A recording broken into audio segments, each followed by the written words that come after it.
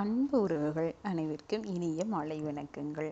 கதை கதையாம் காரணமாகிற இந்த வலைத்தளத்தில் உங்கள் அனைவருக்கும் இனிய தீபாவளி நல்வாழ்த்துக்கள். இன்றைய தலைமுறை பல பேரும் சொல்லிட்டு இருக்கக்கூடிய ஒரு வாசகம் என்னங்க தீபாவளி தீபாவளி மாதிரியே இல்லைன்னு பல பேரும் சொல்லிக்கிட்டு இருக்கோம். அது ஏன் நமக்கு மட்டும் தீபாவளியாக இல்லாமல் போச்சு? தீபாவளிங்கிற இந்த பண்டிகையே நரகாசுரனை கிருஷ்ணர் வதம் செய்ததற்காக அன்றைக்கு இருக்கக்கூடிய மக்கள் எல்லாம் கோலாகலமாக கொண்டாடி பட்டாசு வெடித்து இனிப்புகள் பரிமாறி புத்தாடை அணிந்து ஒரு கொண்டாடிய மிக மகிழ்ச்சியான ஒரு தருணம் தானே. நமக்கே இந்த மகிழ்ச்சியான தருணம் இல்லாமல் போச்சு.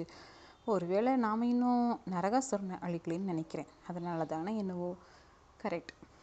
அப்போ கிருஷ்ணர் நரகாசுரனை அழிச்சதுனால எல்லாரும் மகிழ்ச்சியாக அந்த தீபாவளியை கொண்டாடினாங்க. ஆனால் இப்போது நரகாசுரன் இருக்கானா இல்லையாங்கிறது ஒரு கேள்வி இருக்குது. அது என்ன கேள்வின்னு பார்த்தீங்கன்னா, கடவுள் இப்போ ட்ரெண்டிங்கில் என்ன பண்ணியிருக்கான்னு பார்த்தீங்கன்னா, எதுக்கு அவ்வளோ பெரிய நரகாசுரம் உருவாக்கிட்டு இவங்க ஆளுக்கு ஒரு சின்ன சின்ன நரகாசுரனை கொடுத்துடலான்னு சொல்லி ஒவ்வொரு மனிதனுக்குள்ளேயும் ஒரு நரகாசுரனை உருவாக்கி விட்டுருக்காரு. இருக்கா இல்லையா கொஞ்சம் யோசிச்சு பாருங்கள். ஆமாங்க, நமக்கு எல்லாத்துக்குள்ளேயும் ஒரு அரக்கன் இருக்க தானே செய்கிறான். அந்த அரக்கனோட பேர் வேணால் வேறு வேறையாக இருக்கலாம், ஆனால் எல்லாத்துக்குள்ளேயும் அரக்கன் இருக்க தான் செய்கிறான். எனக்குள்ளேயும் ஒரு அரக்கன் இருக்கான். நல்லா யோசிச்சு பாருங்கள். அந்த அரக்கனோட பேர் தான் வேறு. ஒருத்தர் அதை சோம்பேறித்தனம்னு சொல்லலாம், ஒருத்தர் அதை முயற்சி செய்யாத தன்மையை சொல்லலாம், இன்னொருத்தர் அதிகாலையில் எழுகிற பழக்கம் இல்லைன்னு சொல்லலாம், இன்னொருத்தங்க அந்த ஃபோன் நோண்டிக்கிட்டே இருக்கிறது. அது இன்றைக்கி ஏகதேசம் எல்லாத்துக்கிட்டே வந்துருச்சுன்னு பாருங்கள். இப்படி பல விதமான ஒரு துர்குணங்கள் நமக்குள்ளே இருக்குது. அதுவே நம்ம அரக்கன் தானே சொல்கிறோம். ஒருவேளை ஒரு பொதுத் தேர்வு எழுதுகிற குழந்தைகிட்ட சரியாக படிக்கக்கூடிய தன்மை இல்லை அப்படின்னு சொன்னால் கண்டிப்பாக நம்ம என்ன சொல்ல போகிறோம்? அது நமக்குள்ளே இருக்கிற அரக்கன் தான். அவனை அழிச்சிட்டேன்னு வச்சுக்கோங்க, மிகப்பெரிய வெற்றி கிடைக்கும். அந்த வெற்றியை நம்ம கண்டிப்பாக கொண்டாட தானே செய்வோம். அப்போ அரக்கன் அழிக்கும் போது ஆக்ரோஷம் கொண்டு நம்ம அதை அழிக்கிறோம். அதன் பின்ன ஒரு பெரிய வெற்றி நம்ம அடைகிறோம். அப்போ அந்த வெற்றியை கொண்டாட நமக்கு ரொம்ப ரொம்ப ரொம்ப மகிழ்ச்சியாக இருக்கும். அதனால தான் நமக்கு மகிழ்ச்சி குறைவாக கிடைக்குதுன்னு நான் நினைக்கிறேன். நீங்கள் என்ன நினைக்கிறீங்க?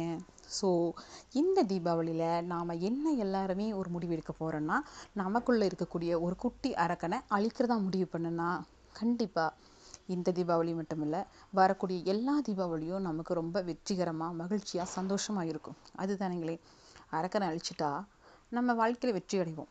அப்போ அந்த மகிழ்ச்சி ரொம்ப ரொம்ப பெருசாக இருக்கும், இனிமையாக இருக்கும். அந்த தருணங்கள் மிக மிக மிக மிக அழகானதாக இருக்கும்னு நான் நினைக்கிறேன். நீங்கள் என்ன நினைக்கிறீங்க?